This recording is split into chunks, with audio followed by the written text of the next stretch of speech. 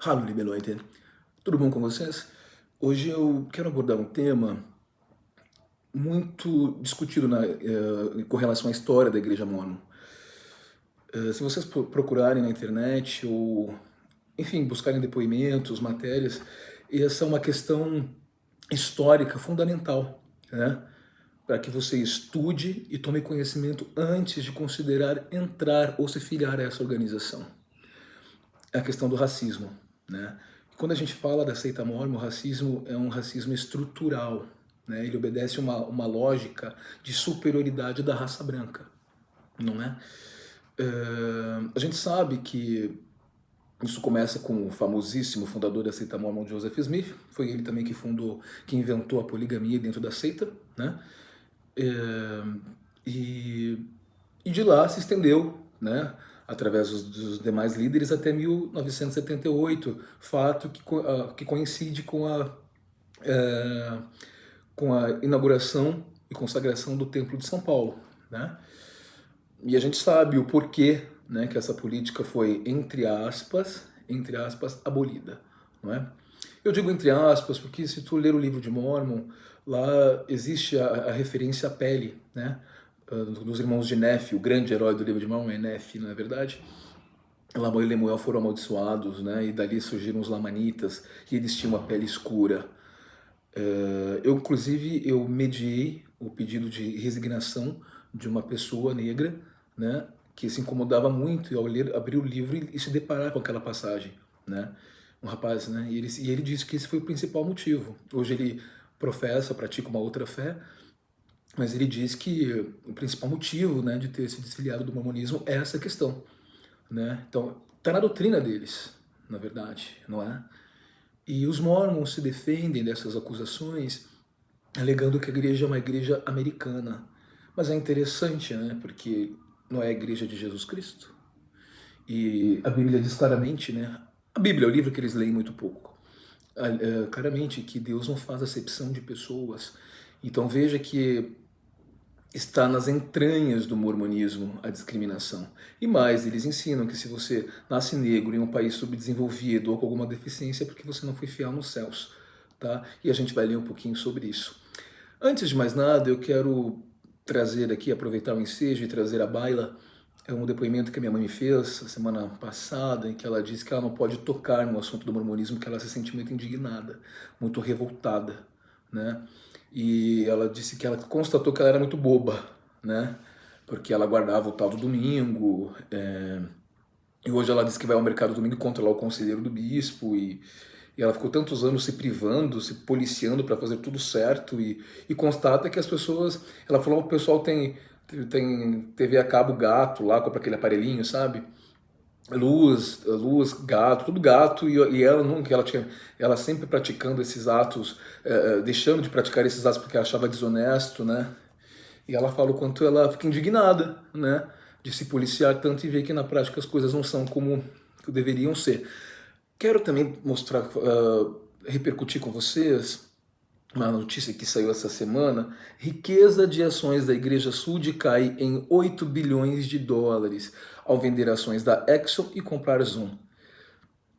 Na verdade, o que acontece? A Zoom teve um aumento significativo das suas ações no mercado após a crise, diante da crise da Covid-19, porque a ferramenta é usada para transmissão de videoconferências, né? Então, eu uso muito, para dizer a verdade, tanto a Zoom quanto o Teams, né, do Google.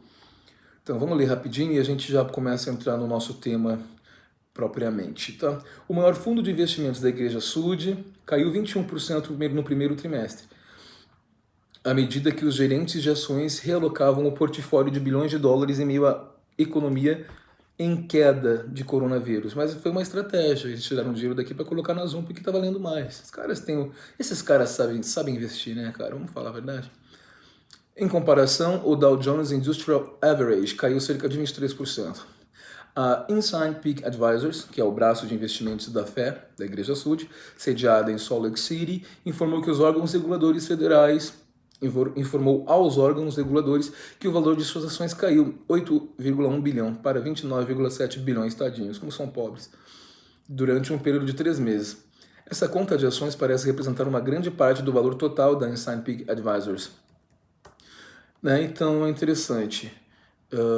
E a Ensign Peak Advisors,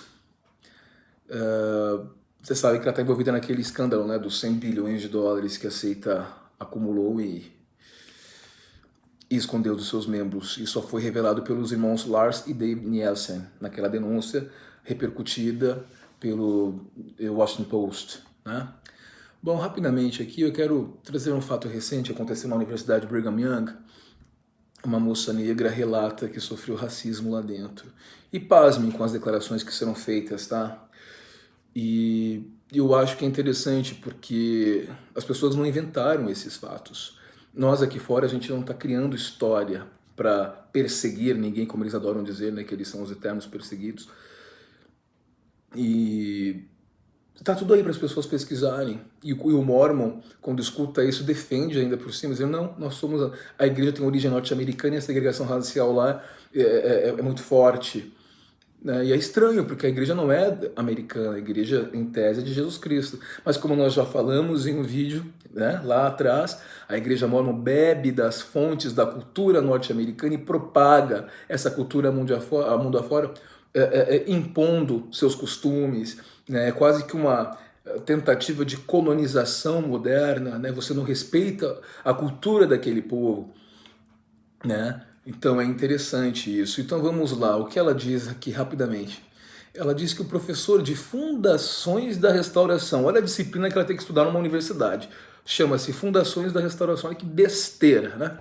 Justificou a proibição do sacerdócio aos negros dizendo, não vamos fingir, aspas aqui, não vamos fingir que Deus não havia feito restrições raciais para o sacerdócio e o evangelho antes. Ele não queria que o evangelho fosse ensinado aos gentios em um ponto. Não sei por que Deus faz essas restrições. Olha, Deus, ele diz que Deus fez, hein? Mas ele deixou as duas continuarem por um longo tempo. Embora eu possa não conhecer bem o histórico dessas restrições, fiquei ofendida com a sua declaração e com a sua tentativa de ignorar as perguntas sobre o assunto. Eu era a única afro-americana nessa classe de 200 pessoas, mas todos os que fizeram alguma pergunta tinham problemas com a proibição, e o professor respondeu defensivamente a todos eles. Sua abordagem para encerrar as perguntas dos alunos e insistir que não criticassem os profetas do passado impediu nossa capacidade de fazer perguntas e não aceitar tudo com fé cega. Mesmo numa sala de aula, você não pode questionar. Num ambiente que é propício para o debate, via de regra, né, você não deve questionar. É muito interessante isso. Deixa eu apresentar para vocês, meu irmão, ele veio me visitar, já estava esquecendo disso. E ele tá aqui, minha gata tá meio assustada, tá lá no quarto, né? Vem aqui para eles te verem. Olha aí, veio me visitar. Tudo bom? Bom dia, pessoal. E vai pra lá, deixa eu terminar aqui. E aí ele veio me visitar e eu tô agora, a minha gata tá lá no quarto, tá assustada com ele aqui.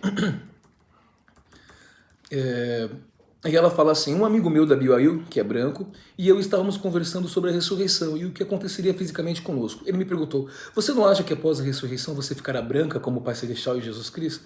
E na verdade estudos indicam que Jesus Cristo não era branco, tá? Suas suposições incorretas eram que, 1. Para sermos perfeitos, todos nós precisamos ser brancos. 2. O Pai Celestial e Jesus Cristo são brancos. Eu respondi, não, é claro que não. Se Deus quisesse que eu fosse branca, Ele me faria branca em primeiro lugar. Minhas características físicas estão ligadas à minha herança africana e à minha cor de pele, o que fazem parte da minha identidade. Além disso, não há revelação ou escritura que mencione a raça ou a cor da pele de Cristo ou do Pai Celestial. Apenas que todos somos criados à sua imagem. E sei que também fui criado à sua imagem. Deselegante o cara perguntar uma coisa dessa, né? E ela fala que quando ela trabalhou no laboratório de redação de ciências sociais, hilar e família da BYU, havia muitos estudantes que escreveram artigos de pesquisa baseados em opiniões que tinham um tom racista. Uma estudante, por exemplo, escreveu um artigo sobre por que as ações afirmativas, por exemplo, os sistemas de cotas raciais do ZEWA, são erradas, citando o caso de uma menina texana branca que processou uma universidade do Texas por permitir a admissão de estudantes negros quando supostamente tinham notas e médias mais baixas do que ela. Essa aluna escreveu o seguinte, era óbvio que esses estudantes negros não poderiam ter entrado por base em mérito. Eu apontei para ela que estava cometendo uma falácia lógica, mas mesmo que eu a chamasse de falácia lógica, reconhecia que sua suposição era baseada em crenças racistas. Deve ser difícil, né, cara? Você tá num ambiente desse. sendo minoria, né? Normalmente internalizo a amargura que sinto por me deparar com pessoas ou comentários racistas. Aprendi a desconstruir o ódio, o ressentimento e a vergonha que sinto para não carregá-lo comigo. Eu ouço coisas racistas serem ditas nas aulas e muitas vezes não consigo me opor a isso com um argumento melhor sem sentir raiva. Eu nem sempre quero carregar o fardo de me manifestar contra o racismo, porque muitas vezes sou a única minoria na sala. Eu gostaria de ter mais aliados para me ajudar. Felizmente, encontrei vários aliados que se preocupam comigo pessoalmente e se preocupam com a questão racial na BYU. Bom, aqui ela dá uma sequência, né? Ela fala que ela gostaria que algumas coisas mudassem na universidade. Eu vou passar um pouco para frente, porque eu tenho muita coisa para falar. Ela fala que ela gostaria que houvesse mais conversa contra o racismo nos manuais de lição e nos devocionais da igreja.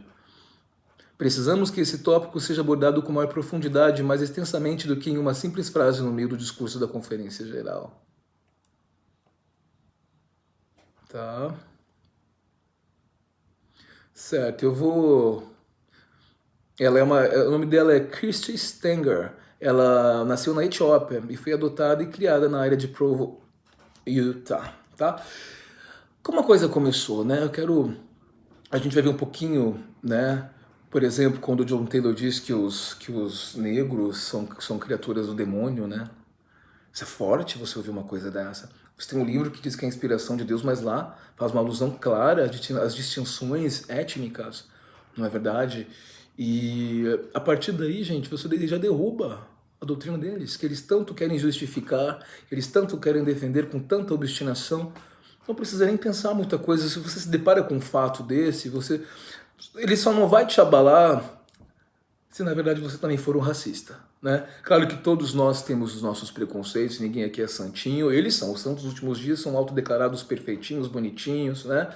Bonitinhos, santinhos, escolhidos na terra, mas nós, seres humanos normais, somos falhos e temos sim nossos preconceitos, mas o preferencial é que ele fica dentro da gente e que a gente trabalhe isso, tá bom? Então vamos lá. O que o Joseph Smith explica sobre Ele mandou uma carta...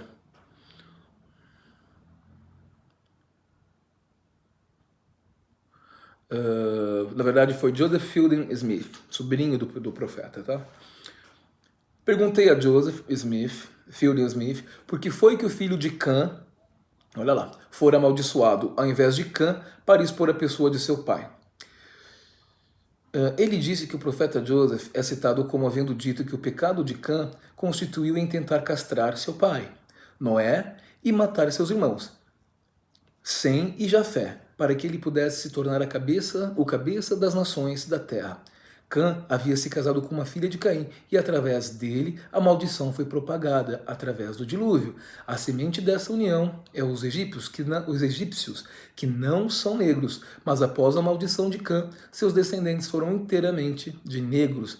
Daí a diferença entre as raças que agora habitam a África. Essa é a explicação que o Joseph Smith dá para isso. Aí tem um comentário de John Taylor aqui. John Taylor falou em relação ao manifesto.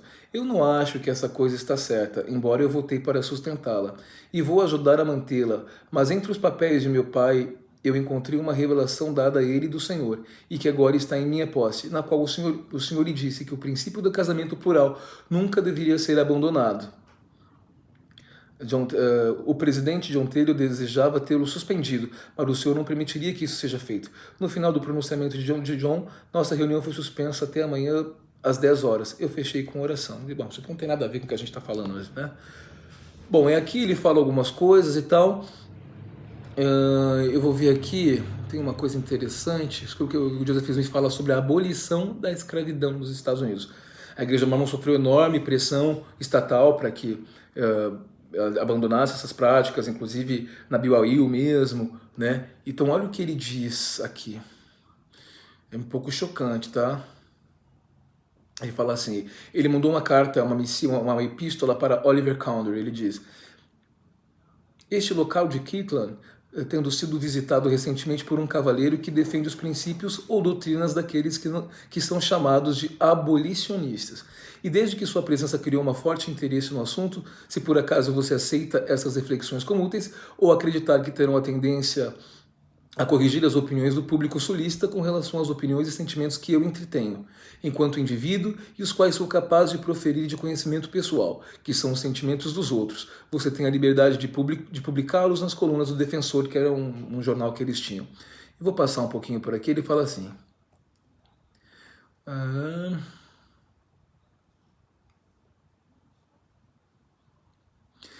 Ele fala assim, se a escravidão for um mal, de quem esperaríamos descobrir isso primeiramente? De pessoas que moram em estados livres ou de pessoas em estados escravocratas? Todos devem admitir livremente que estes seriam os primeiros a descobrir tal fato. Se o fato fosse descoberto por aqueles que imediatamente concernidos, quem estaria mais qualificado para prescrever uma solução? Tá, então ele ainda está encarando o problema. Tem uma parte aqui que ele fala claramente a opinião dele. Onde que ele disse isso? Ele fala assim, eu não acredito que as pessoas do Norte tenham o direito de ditar que o Sul não pode possuir escravos, da mesma maneira que o Sul não pode forçar o Norte a tê-los.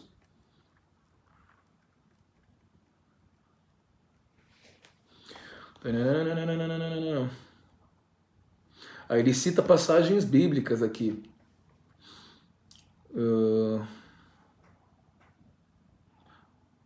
Ele falou que a primeira menção que temos de escravidão encontra-se na Bíblia Sagrada, tá? Pronunciada por um homem que era perfeito em sua geração e que andava com Deus. E longe dessa situação ser aversa à mente de Deus, permanece como monumento duradouro ao decreto de Jeová, para a vergonha e confusão de todos que condenam o Sul por manter os filhos de Cão em escravidão. Tá? Então aqui ele usa a Bíblia para justificar, tá? E ele diz, amaldiçoado seja Canaã, o escravo dos escravos será ele aos seus irmãos. Abençoado seja Deus de Shem, e Canaã será seu escravo. Tá? Então ele fundamenta a escravidão também dessa maneira. Trace a história do mundo desde este notável evento até o presente dia e verá o cumprimento desta profecia singular.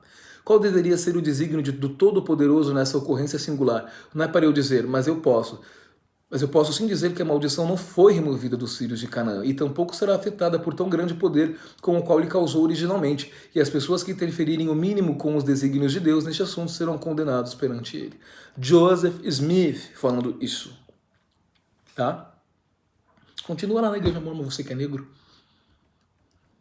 Não ignoramos a história de Abraão. Eu estou passando por cima, mas eu vou deixar os itens lá, os links para vocês consultarem, tá? Não ignorarei a história de Abraão, de quem tanto se fala nas Escrituras. Se podemos acreditar nos relatos, Deus conversou com ele de tempos em tempos e o dirigiu no caminho que deveria percorrer, dizendo, eu sou o Todo-Poderoso, o caminho diante de mim será perfeito. Paulo disse que o evangelho foi pregado a este homem. Ademais, disse que ele possui ovelhas e bois, escravos e escravas. Tá, muito bem. É impressionante. É muito grande, eu quero pegar uma parte...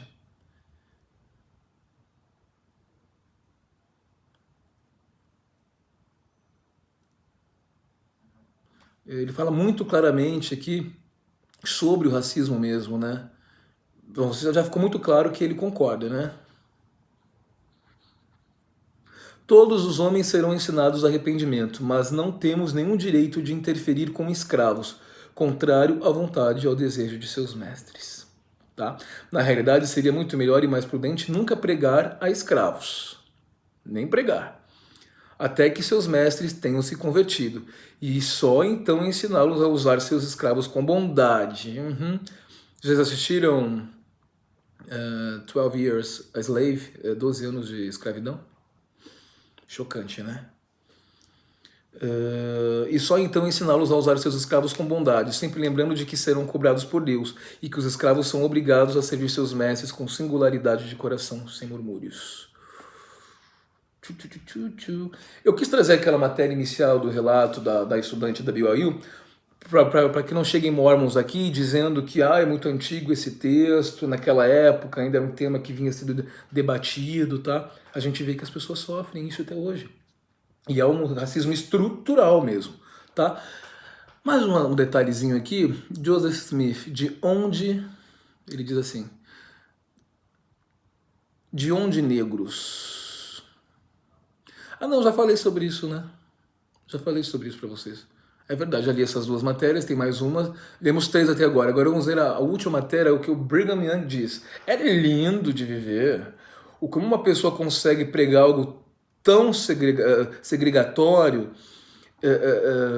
e tão absurdo com esse tom de pureza, de humanidade, sabe, de profético mesmo.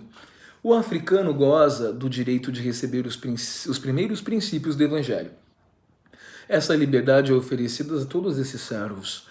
Eles gozam da liberdade de ser batizado para a remissão dos pecados e receber o Espírito Santo pela imposição das mãos. Eles desfrutam do privilégio de viver humildemente diante do Senhor, seu grande mestre, de modo a aproveitar o Espírito do Senhor continuamente. Em suma, tanto quanto os confortos comuns da vida. Olha que lindo até agora, né? Salvação, luz, verdade, alegria e compreensão. O africano preto tem precisamente o mesmo privilégio que o homem branco, mas eles não podem compartilhar no sacerdócio.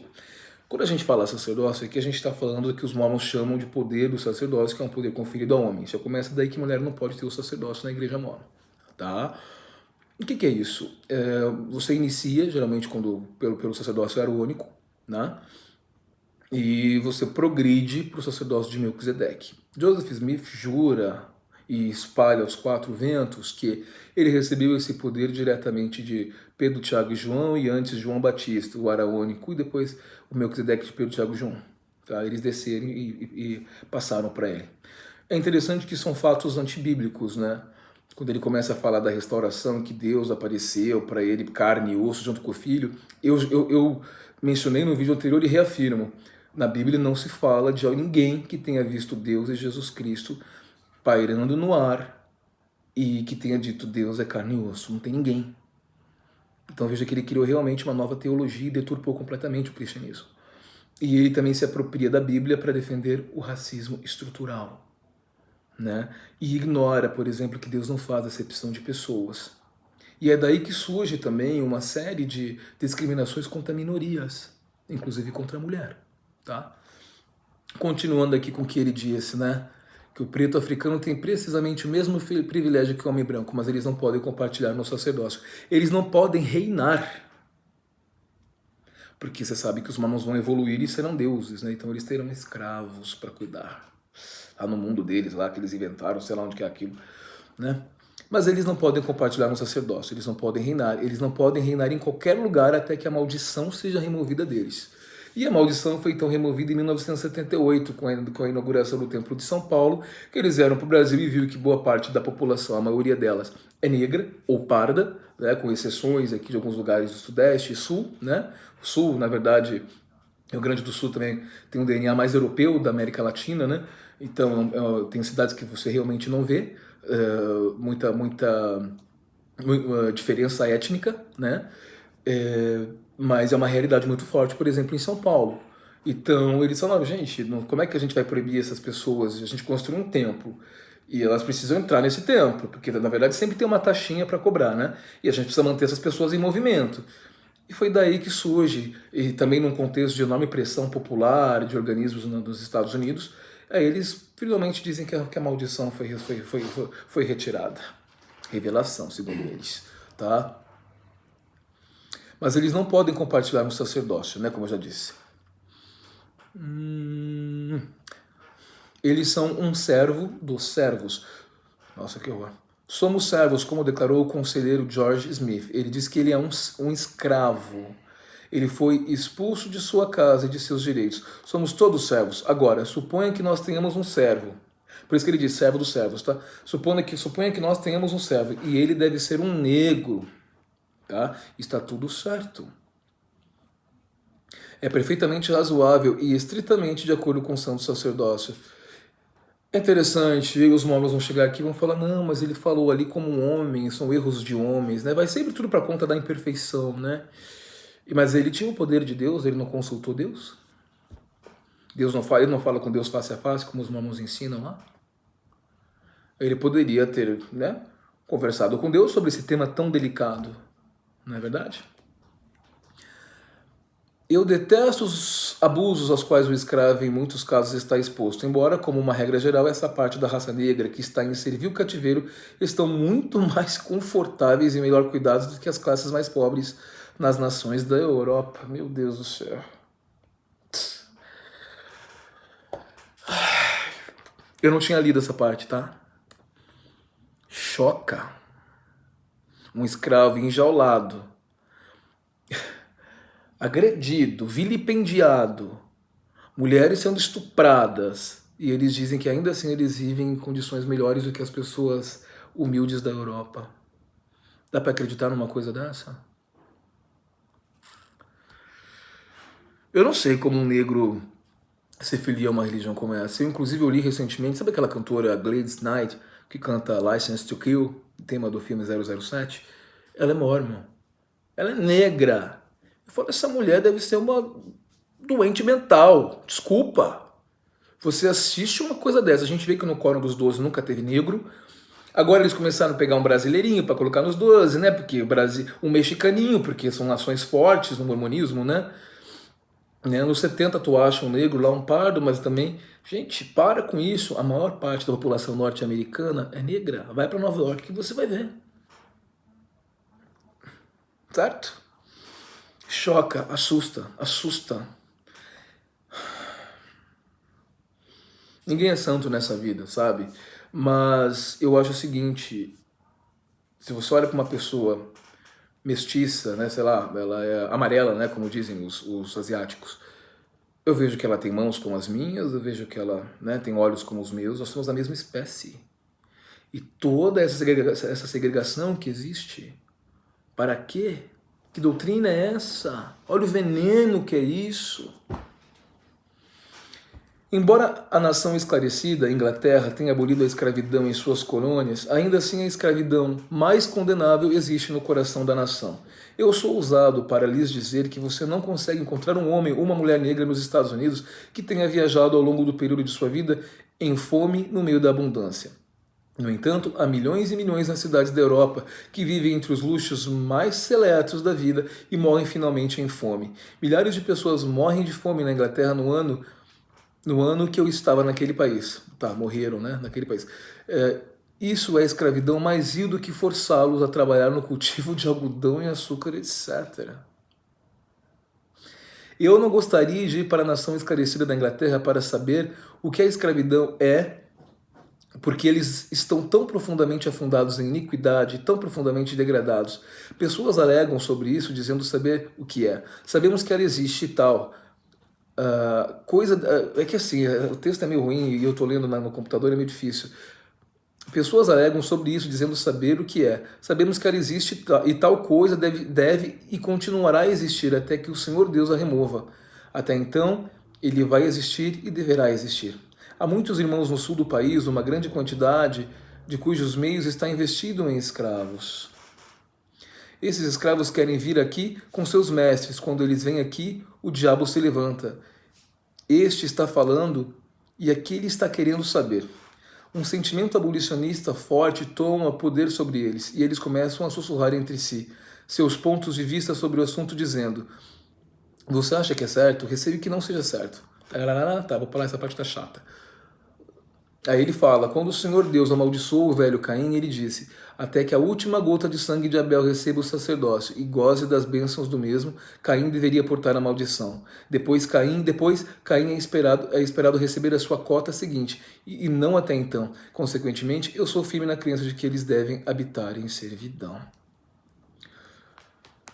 Aí ele fala sobre o projeto de lei, né? Ele fala assim, né, na época da abolição, né?